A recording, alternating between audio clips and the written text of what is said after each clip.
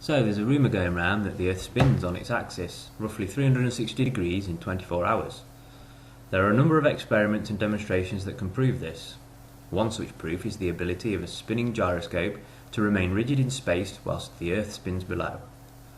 The US Navy put out a training video in 1960 explaining this using diagrams, as shown here. The link to the entire video is in the description.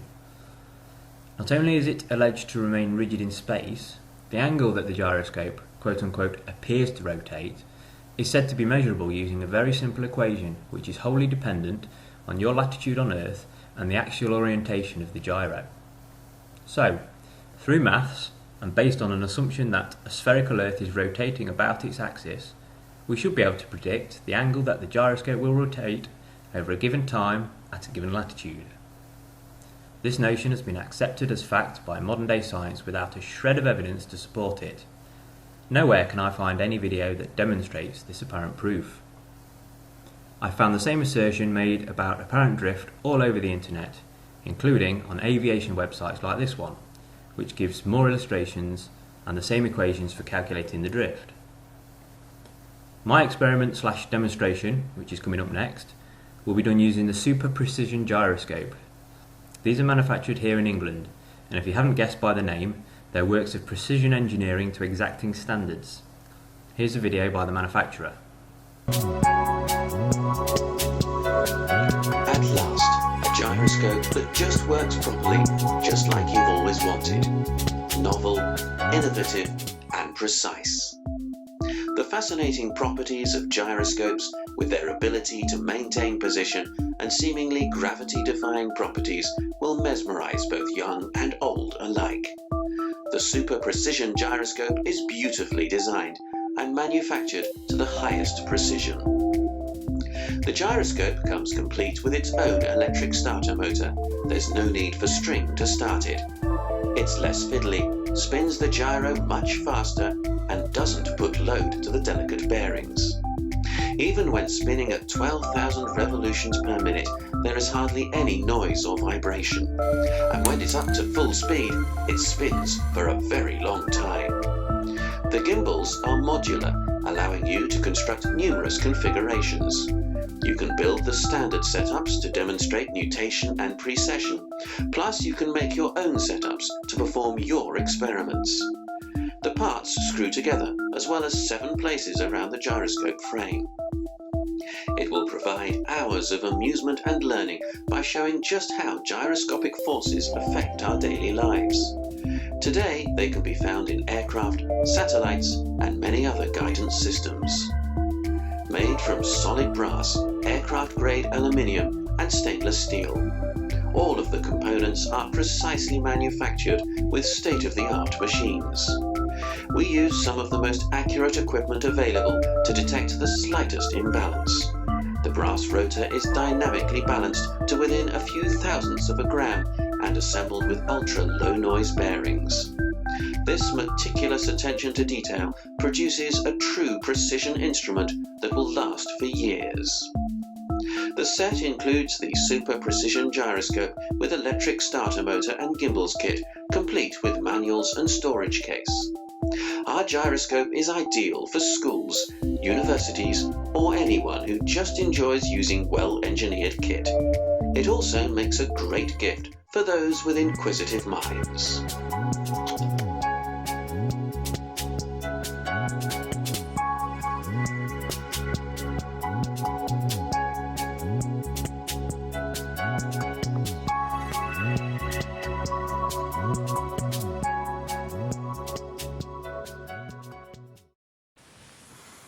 Okay, so this is the setup I'm going to be using.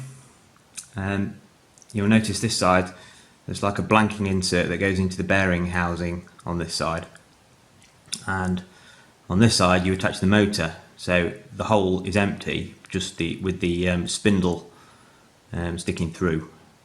So I quickly realised that when I spun this thing up, due to the presence of material here and the absence of material here, there was a weight imbalance. So I contacted the manufacturer and asked them if this is expected, and they confirmed it was and offered to make me a one-off insert to go in here for free. But they also suggested that what I could do is use some Play-Doh, some kids' plasticine. So I did that. I got some of my daughter's Play-Doh, just spun it up to speed with the motor and then inserted this into the hole. That seemed to do the trick. I was able to balance it perfectly. Before I put this in, the extra weight caused this side to drop every time, and if it was over here it would drop this way. So that's how I overcame that. I've attached the whole setup to a protractor which I've blue tacked to the table, and I've blue tacked the actual the frame to the table as well. So this here is the angle that we're looking for. So what we're looking for is this effect. See how the gyro wants to rotate and stay in the original orientation? Well, that angle that it's rotating, that this bar appears to be rotating over the vise, that is the angle that we're looking for. That is the angle that we should be able to calculate this gyroscope moving due to the rotation of the earth underneath us. So without further ado, let's get on to the test. So I've just attached the motor there. It actually takes 4 AA batteries to power it, and I've run this test quite a number of times now and put quite a few batteries through it, so I kind of know how long they're going to last and what sort of sound comes from the motor, depending on how much power is left in the batteries.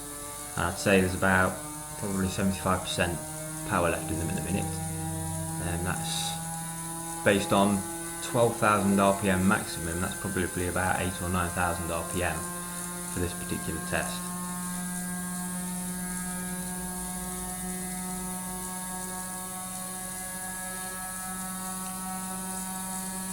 So it's getting up to speed now. I'm going to remove the motor and replace it with the piece of Play-Doh to get it perfectly balanced.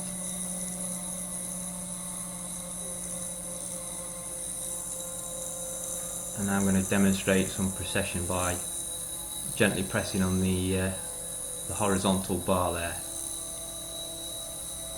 And now I'm going to line it up as best I can, so that you cannot see the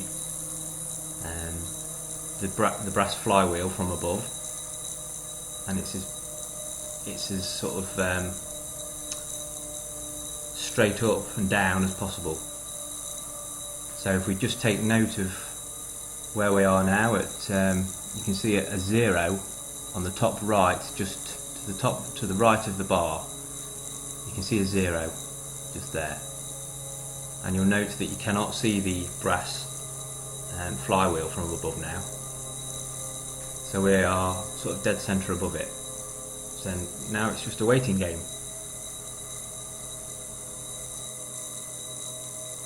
So while we wait, let's just have a look at a brief history of the gyroscope, up to the point where it was first proposed that it could record the spin of the Earth.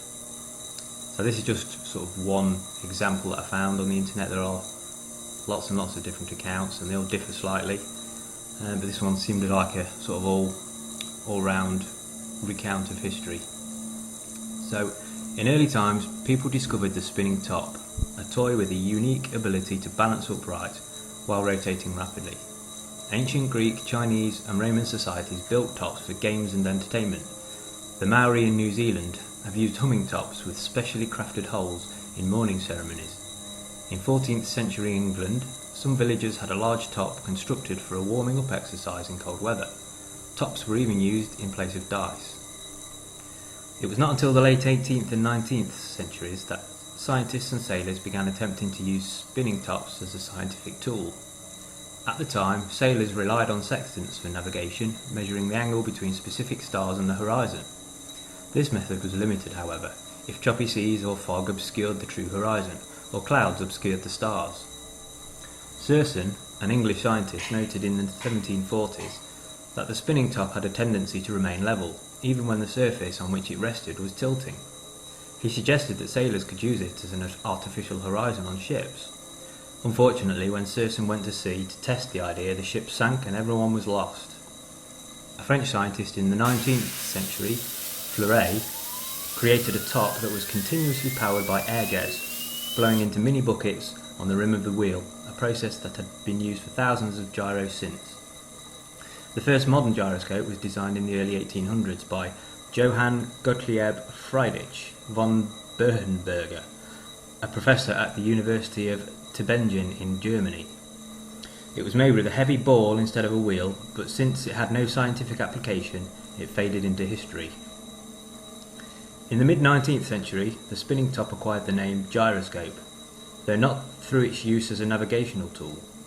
French scientist Leon Foucault had experimented with a long, heavy pendulum in an attempt to observe the rotation of the Earth. The pendulum was set swinging back and forth along the north-south plane, while the Earth turned beneath it. Foucault corroborated the observation by using a spinning top in a similar manner. He placed a wheel, rotating at high speed, in a supporting ring in such a way that the axis of the spinning wheel could move independently of the ring. In fact, the supporting ring moved over the course of a day, as it was connected to the surface of the rotating Earth. The axis of the wheel remained pointed in its original direction, confirming that the Earth was rotating in a 24-hour period. Foucault named his spinning wheel a gyroscope, from the Greek words gyros, which is revolution, and skopin, which is to see. He had seen the revolution of the Earth with his gyroscope. So, from Wikipedia, Jean-Bernard Léon Foucault, born 18th of September 1819, was a French physicist best known for his demonstration of the Foucault pendulum, a device demonstrating the effect of the Earth's rotation. He also made an early measurement of the speed of light, discovered eddy currents, and is credited with naming the gyroscope, although he did not invent it. Foucault was the son of a publisher in Paris, where he was born. After an education received chiefly at home, he studied medicine, which he had abandoned in favour of physics due to a blood phobia. He first directed his attention to the improvement of Louis Daguerre's photographic processes. For 3 years he was experimental assistant to Alfred Donné in his course of lectures on microscopic anatomy.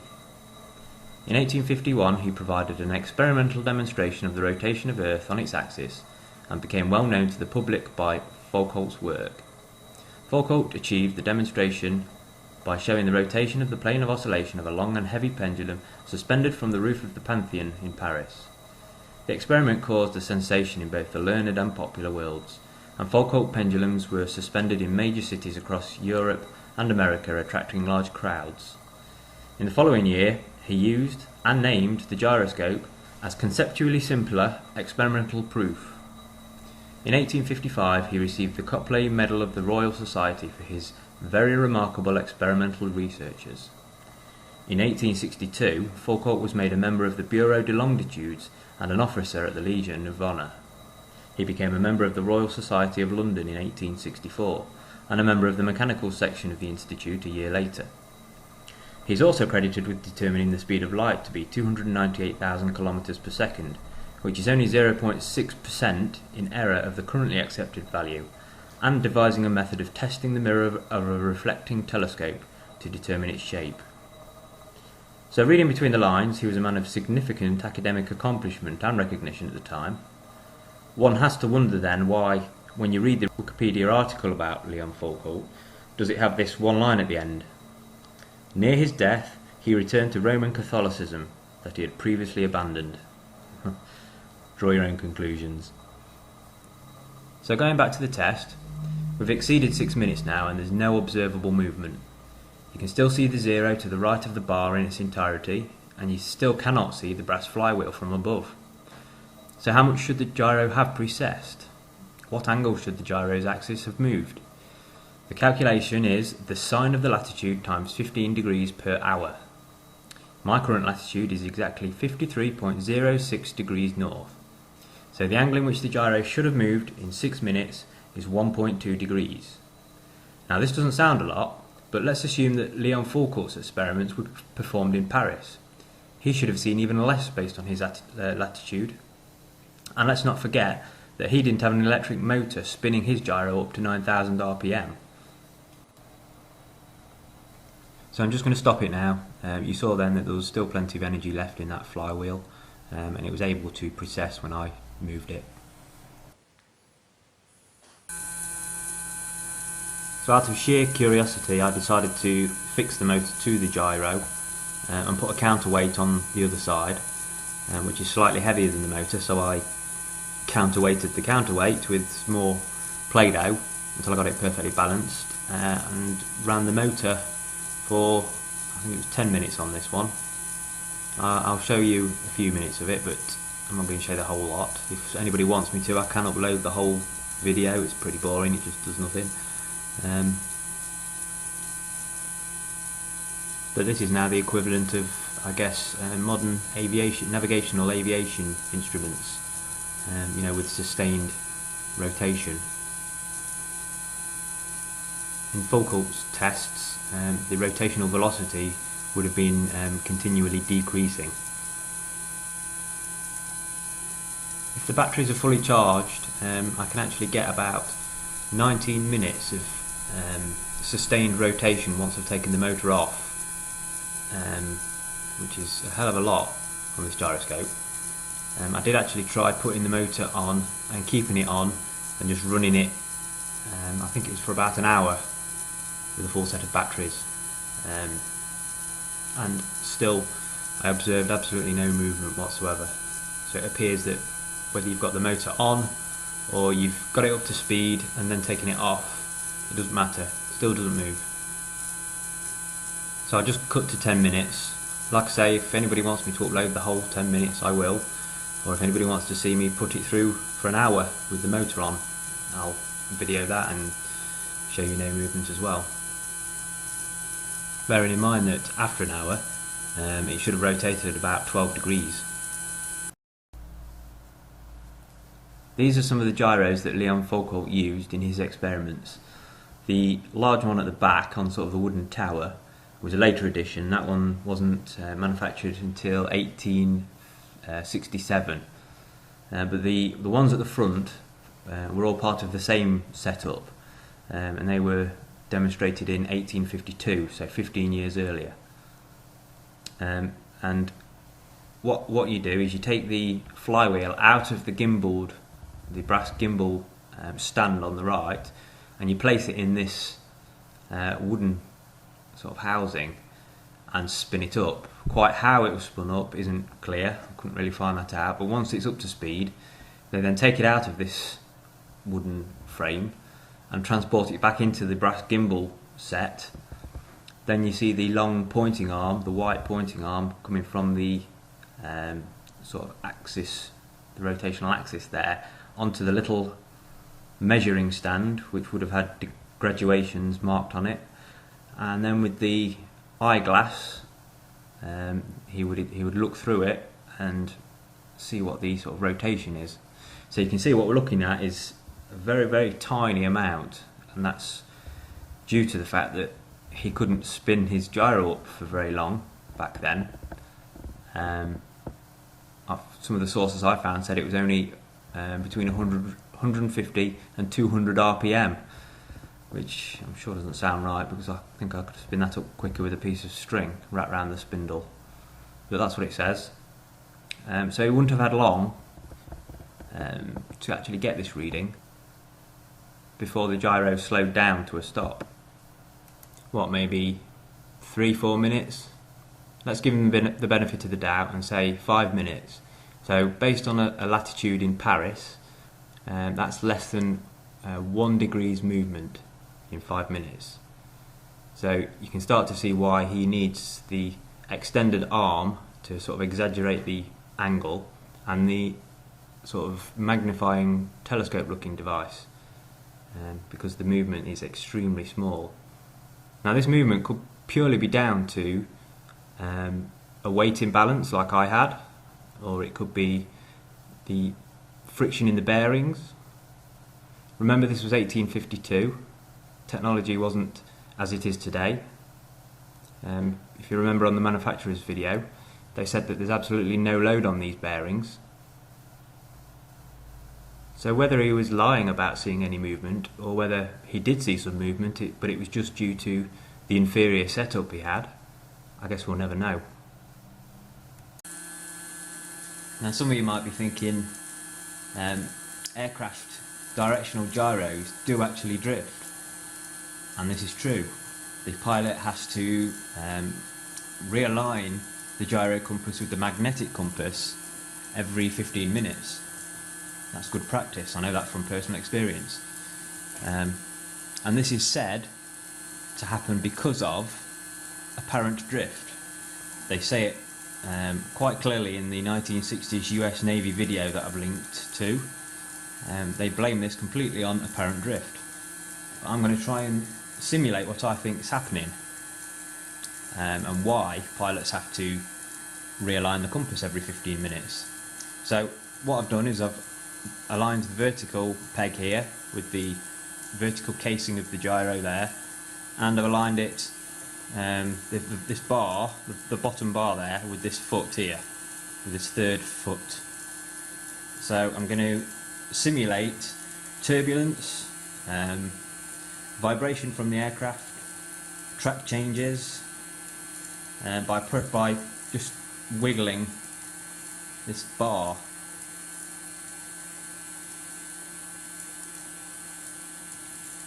So this is only a gradual thing. Every 15 minutes it drifts out slightly, and it varies as well. Sometimes it drifts quicker than other times, and as pilots will be aware, after any sudden or hard banks, or sort of large turns, the compass seems to drift even further and quicker. So let's realign the. It's not been doing it for long enough yet. Let's give it a few more.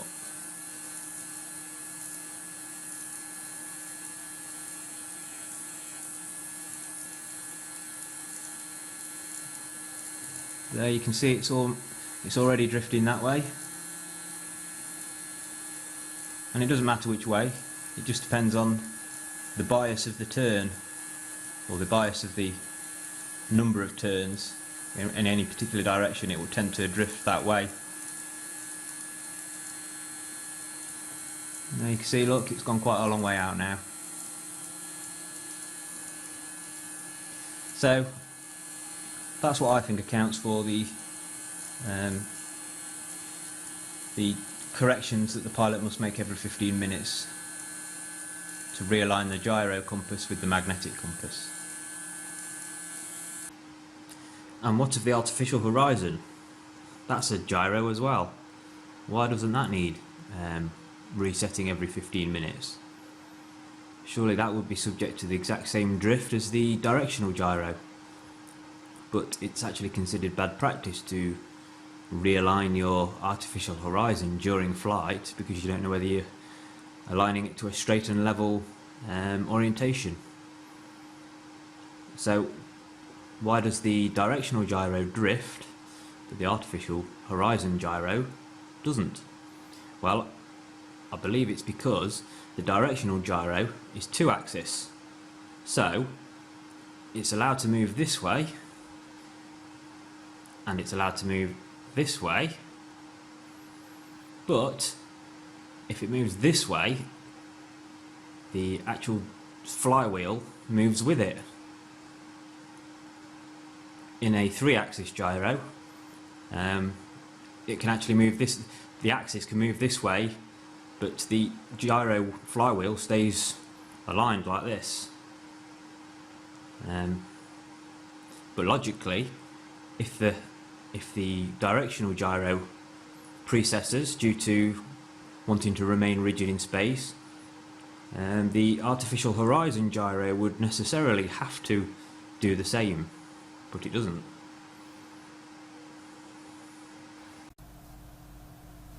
So for all the naysayers out there who think I might be somehow deceiving or I'm doing something wrong, be my guest. Get yourself a gyro and demonstrate it rotating or appearing to rotate to the exact angle, because it should work like clockwork. If you're not willing to do that, then you are just accepting the word of some dude that performed an experiment 164 years ago that you've never witnessed yourself and nobody else alive today has ever witnessed. After all, it's a really easy experiment. All you need to do is get a perfectly balanced gyroscope, set it running, and wait. You can't really do much wrong.